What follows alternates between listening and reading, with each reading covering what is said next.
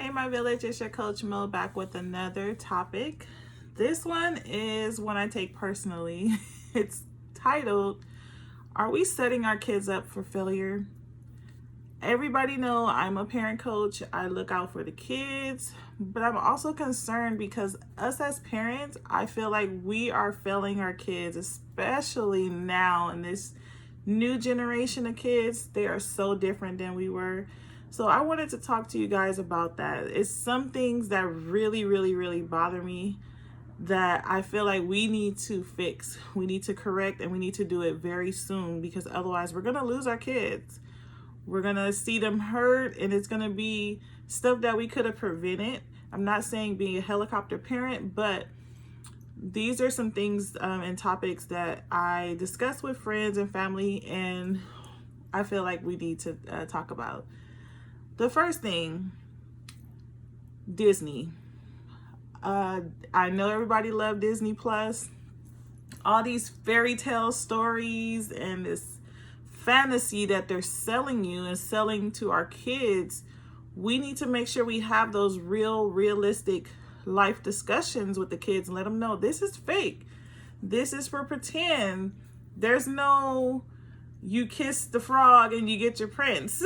There's no fairy tale wedding all the time. We need to be a little more realistic and let them know these are the things that they're dreaming of having, because that's what we expose them to and that's what they're seeing.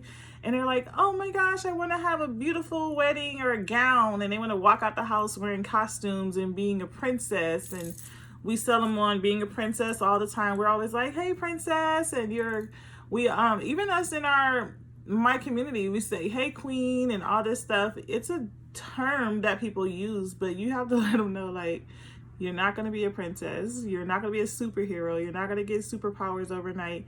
Like, let our kids know these are fairy tales. It's not going to be, their life is not going to be like a fairy tale story all the time. Some people life do turn out to be that way. You meet a person and it's love at first sight and it's your Prince Charming. You might feel that way, but just be a little more realistic with your kids when it comes to those Disney stories, because it's not realistic. They'll be disappointed if that's their goal and it don't happen that way. Also, your kids' goals should be not to look at Barbie and be like, oh, I want to look like Barbie. Barbie is a 24-hour put together plastic doll. That shouldn't be your kids' goal. And these kids are really killing themselves because they don't look like Barbie. They don't look like with the long hair and a perfect body and the boobs and the small waist, and they don't actually look like that. So you need to have those discussions with your kids about, this is something someone created, made up. It's not real. You have people out here having plastic surgery to look like Barbie. I know this guy had like 40 plus surgeries to look like the Ken doll. I'm like, why? You're a grown adult. You should know better. But I feel like his parents failed him. Your son shouldn't be wishing for superpowers. He's not going to fly. So please tell him, stop jumping off the couch. He's going to hurt himself. We need to teach our kids to be creative. They can use their imagination and believe the fairy tale, but they also need to be in a realistic state as well.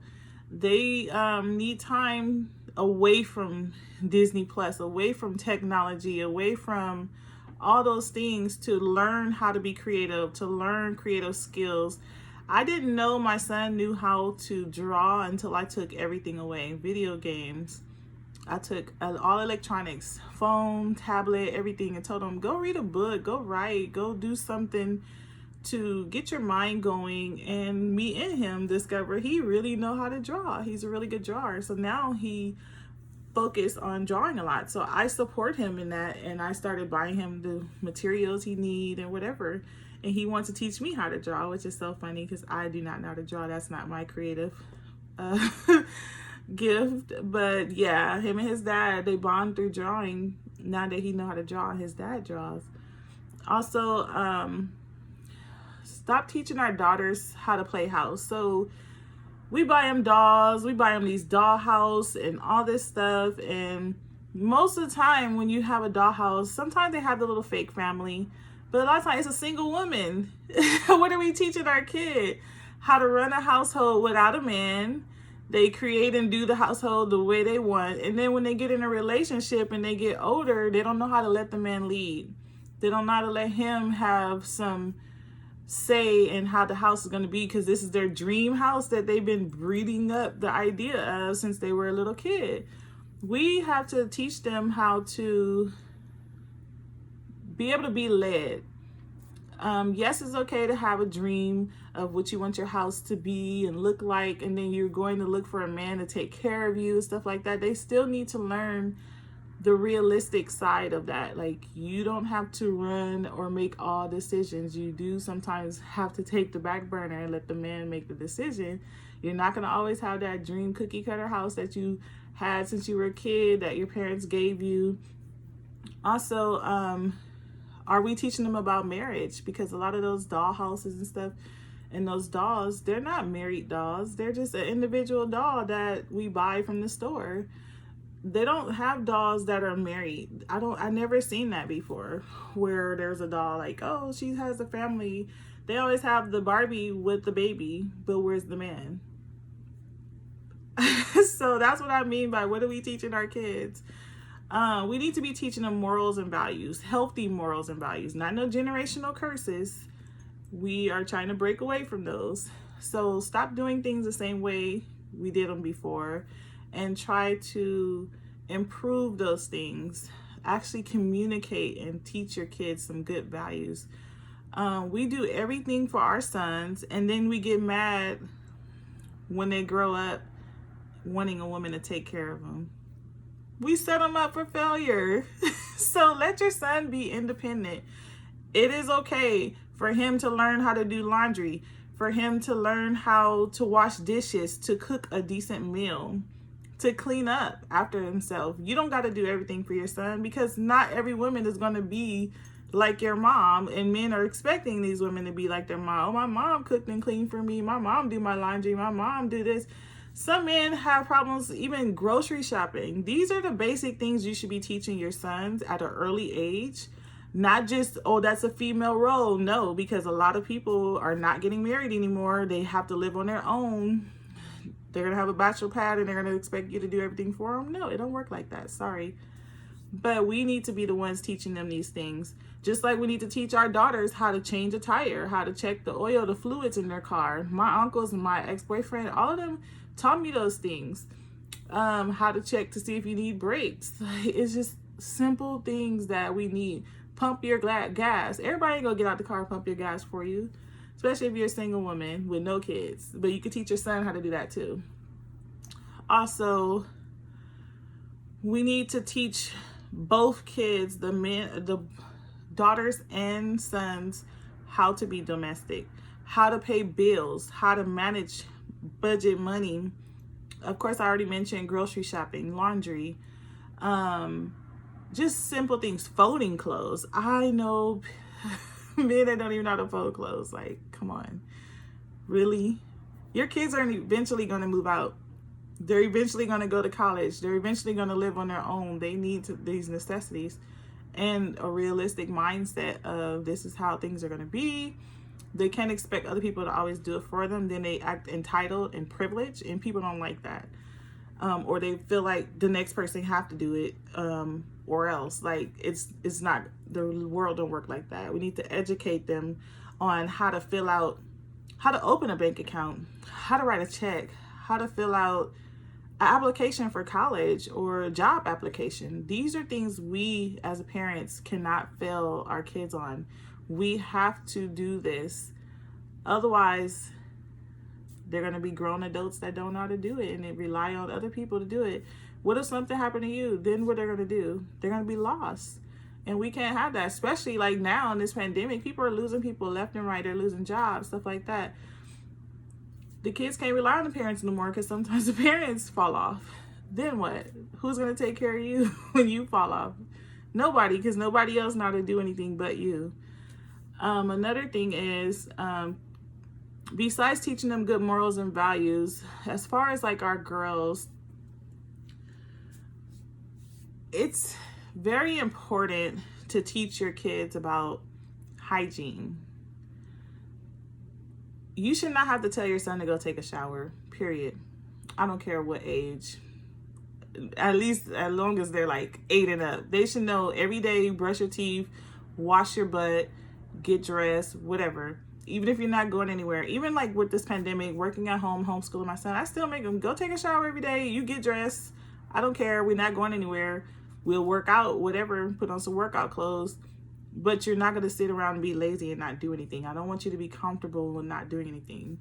So we do that, and we need to stop being helicopter parents where we fixing meals 3-4 meals a day for our kids. Most of them are old enough to start learning how to make small stuff. They should be able to make at least 1 meal a day by themselves, like a lunch. Your kids should know how to make a sandwich. My kids started making a sandwich probably like 4 or 5, peanut butter and jelly sandwich. They might make a mess, but then you teach them how to clean it up. You don't have to do everything for them. They need to learn how to make decisions on their own. So like even with just simple things as far as picking out clothes, let them pick out clothes. Let their creative mind flow. I know they probably want to wear costume every day or some pajamas or a onesie or whatever.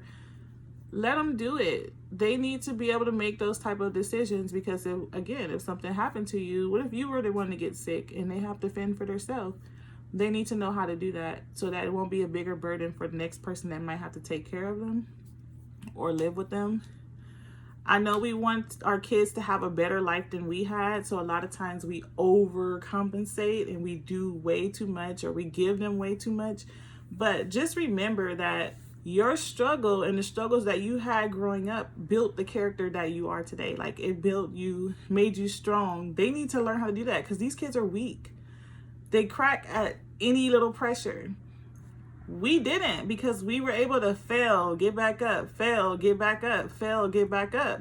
Or our parents struggled or we seen that struggle. So it motivated us to push forward and do more and be able to help and learn how to be independent at an early age, get jobs at an early age. Like I've been working since I was 14. I went and got a job on my own. My mom didn't tell me, but I'm not going to sit there and watch her struggle and I'm not going to be a burden. So if I wanted to be on the cheer squad, she said you had to pay for it. So I went and got a job and I paid for it. It's like I paid for college. I wasn't going to put that burden on her because she did teach me how to be a strong woman. Sorry about my earrings. They're falling out. But she did teach me how to be an independent, strong woman and fend for myself. I opened a bank account at an early age, learned how to budget my money, learned about how to cash a check, stuff like that, deposit a check, my debit card, and be responsible. Have my own lunch money and stretch it out for the whole week. She'll give us a lump sum at the beginning of the week and you spread it out. If you spend it by Friday, then you're not going to have lunch money. But another thing is stop forcing our kids to go to college. I know when I graduated high school, my mom let me take a year off, went and got a job just to figure out what it is I want to do. I don't want to go to college undeclared and not know which major I want and sit there and waste all that money and major in something that I didn't really want to go to school for. So I had to make a decision and I figured out, okay, I don't want to go to school for business. Like my mom was in the same school for business. I wanted to be a psych major. So I switched after the first year. But just make sure they know what they want to do. Don't make them do what you want them to do just because that's where your mindset is. Because you might be putting off those things and it's making them miserable. They might not want to go to college. Not everybody is made for college, even though I'm an advocate of college. I have a degree, of course.